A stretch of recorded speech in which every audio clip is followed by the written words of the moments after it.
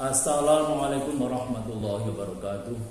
Anak-anakku sekalian, kelas 10 yang saya sayangi, saya cintai, apa kabar pagi hari ini? Kita bertemu kembali dalam materi Quran hadis. Kita nanti akan membawa bahasan tentang masalah hikmah turunkan Al-Quran secara berangsur-angsur. Namun sebelumnya, saya ingatkan kembali bahwa kita untuk mempercepat waktu atau mempercepat suasana untuk netral kembali, kalian tetap harus menjaga kondisi yang terbaik. Tetap bawa masker jika lo sedang keluar jauh, kemudian tetap mencuci tangan dalam segala kegiatan, kemudian menjaga jarak dengan siapapun yang kalian pada waktu itu bertemu. Jadi ini untuk bisa mempercepat penyembuhan atau pengkondisian netral kembali seperti zaman dahulu tentang masalah COVID-19 ini, dan ini perlu kalian indahkan sehingga nanti mudah-mudahan kalian dalam waktu yang tidak lama lagi nanti akan bisa bertemu kembali di sekolah di madrasah gitu. Nah, sekalian, kemarin kita telah membahas tentang masalah pelajaran Al-Quran diturunkan secara berangsur-angsur atau tentang masalah Al-Quran surat Makkiyah dan Madaniyah.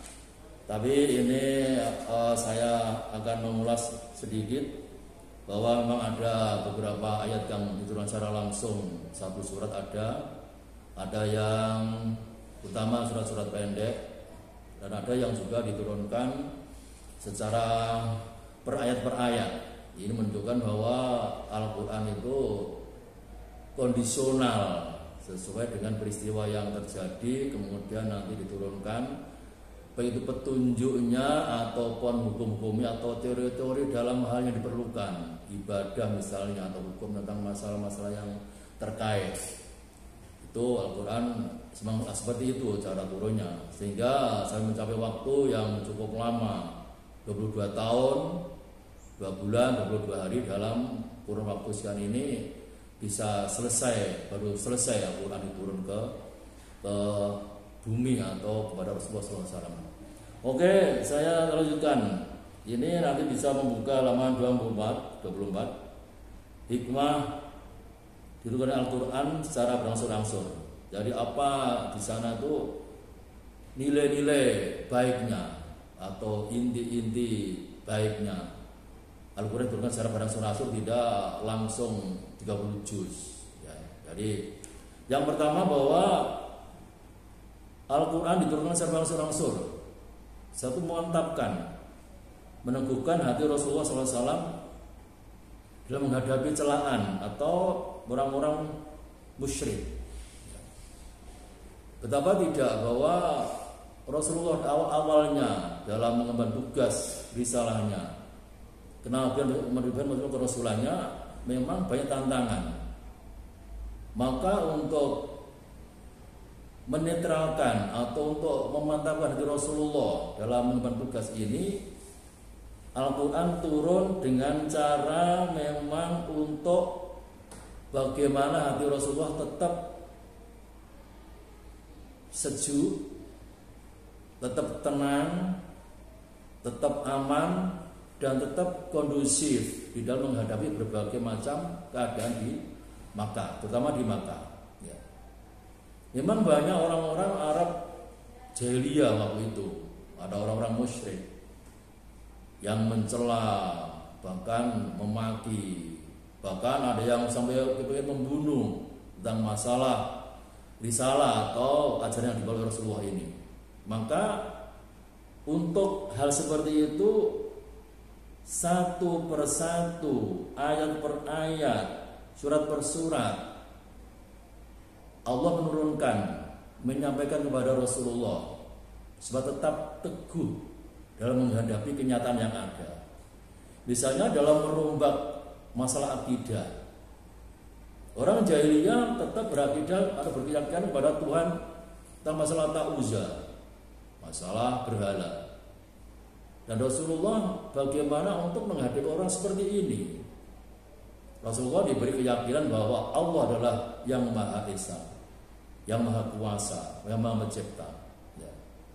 Sehingga nanti akan berjalan step by step, waktu per waktu, bisa meyakinkan orang-orang musyrik yang pada waktu senantiasa menentang.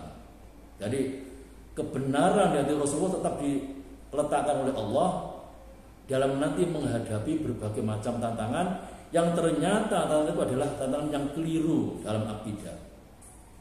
Maka Rasulullah tetap dibenarkan oleh Allah untuk dimantapkan hatinya di dalam menghadapi berbagai kekeliruan-kekeliruan yang dialami oleh orang-orang jahiliyah dalam masalah akidah. Yang kedua, bahwa Al-Quran pun Rasul adalah untuk mempermudah Nabi dalam menerima wahyu. Jadi misalnya tentang masalah surat atau tentang masalah khomer, masalah judi, turun satu ayat ya, untuk mempermudah bagaimana nanti beban atau aplikasi penerapan ayat tersebut di dalam keadaan yang ada. Misalnya tentang masalah khamr, innamal khamru wal maisir wal ansab wal azlam rizqun amal syaitani fajtanibuhu, misalnya untuk menjauhi atau untuk menghindarkan.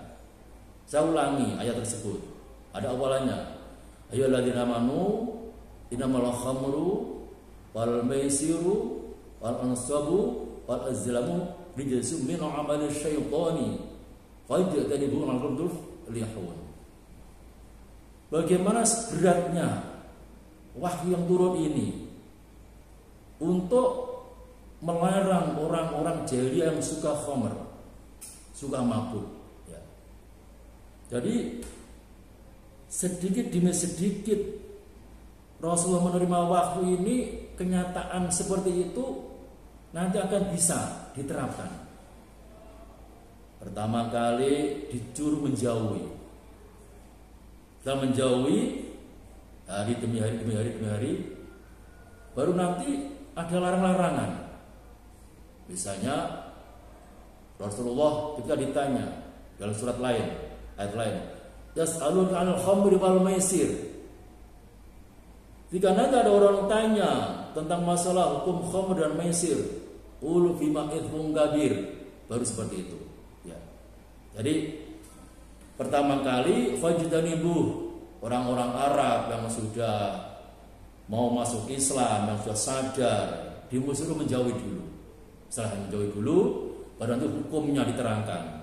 Karena itu mabuk dan dosa besar, walaupun dalam manfaatnya atau manfaatnya itu lebih kecil dibanding dosanya. Itu baru seperti itu. Oke, yang ketiga, bahwa Al-Quran turun besar berangsur-angsur adalah untuk menerapkan hukum. Jadi tentang masalah hukum tidak bisa langsung seketika diterapkan. Tapi hukum itu harus bagaimana nanti orang-orang di situ tidak merasa berat, tidak merasa payah, dan benar-benar nanti akan secara tulus untuk menerima ajaran Islam. Karena Islam atau wahyu itu adalah rahmatan lil alamin sejatinya. Ya. Misalnya di dalam hal masalah wajibnya zakat, ya, yang mana sebelumnya adalah tidak ada. Ya. Kita tahu bahwa orang zakat yang bagi yang belum paham dan belum rela hatinya pasti menyatakan bahwa itu harta saya sendiri, kenapa disuruh memberikan orang lain. Dan ketika turun masalah perintah zakat, hukum zakat, ya, di mana ada ayat yang menyatakan khul min amalin shadaqah, khul min amalin shadaqah, ambillah sebagian harta benda mereka untuk sedekah atau untuk zakat. Ya. Ketika ini turun, maka bagaimana nanti kita berhadapan atau Rasulullah berhadapan orang-orang waktu itu orang-orang kaya yang notabene pasti karena itu mengambil hartanya ada rasa tidak boleh atau boheman kata Jawanya. Apalagi orang-orang bakhil lebih berat lagi. bahkan sampai orang itu diancam ya. Dari hari kiamat nanti ya, bahwa orang bakhil nanti yang dibakhilkan itu akan saya tahu waqun mubakhilu yaumil qiyamah. Jadi akan dikalungkan apa yang dibakhilkan, zakat tidak mau, sedekah tidak mau. Maka Allah nanti akan mengatakan seperti itu. Sautau waqun mabakhil yaumil qiyamah. Maka nanti akan dikalungkan. Bahkan ada cerita akan diwujudkan sebuah ular besar yang nanti akan dikalungkan oleh orang yang tidak mau zakat. Seperti itulah beratnya Rasulullah menegakkan agama Islam. Kalau orang-orang yang pada waktu itu memang ada orang yang boheman, ya ada yang tulus hati zakat ada, zaman Abu Bakar ada, zaman Rasulullah ada. Tetapi bagaimana kita secara sekarang ini orang zakat pun bisa dihitung lebih banyak yang boheman daripada yang tidak boheman. Apalagi kalau nanti moga-moga kalian hanya kalau kaya ya, anak-anak sekalian saya akan jadi orang kaya. Dari kaya yang dermawan ya. Jadi sahayun sahayun sugih ning sing brek. Tunggu do sugih kabeh anak kelas 10 ya. Patungan sugih tidak akeh atau banyak ning berita Rasulullah, pesan Rasulullah nek wae zakat wiyodo zakat. Oke. Kemudian yang nomor 4 hikmah aturan diturunkan secara Rasul adalah memudahkan hafalan. Jadi dulu ketika ayat itu turun, itu banyak menghafal para sahabat. Ya ada yang menulis, ada yang meletakkan di batu-batu, di tulang-tulang, di daun-daun kurma. Ya seketemunya.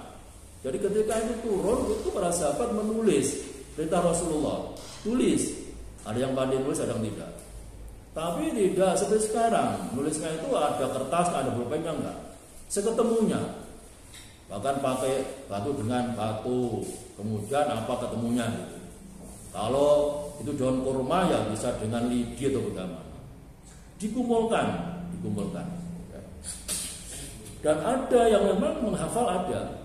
Jadi ketika turun itu karena orang-orang sana yang jenius itu yang otaknya IQ-nya di atas 100 barangkali atau 100 itu langsung dihafal. Di samping dihafal juga ditulis. Nanti kalau ada hafalan yang kadang-kadang lupa atau kadang-kadang kecapean menghafalnya agak begitu ya sedikit goyah gitu. Untuk tetap menetralisir hafalan itu, maka tetap dicatat di beberapa tempat yang pada itu ketemu ya. Jadi berangsur-angsur itu satu ayat, dua ayat untuk menghafalkan itu lebih mudah ingatannya.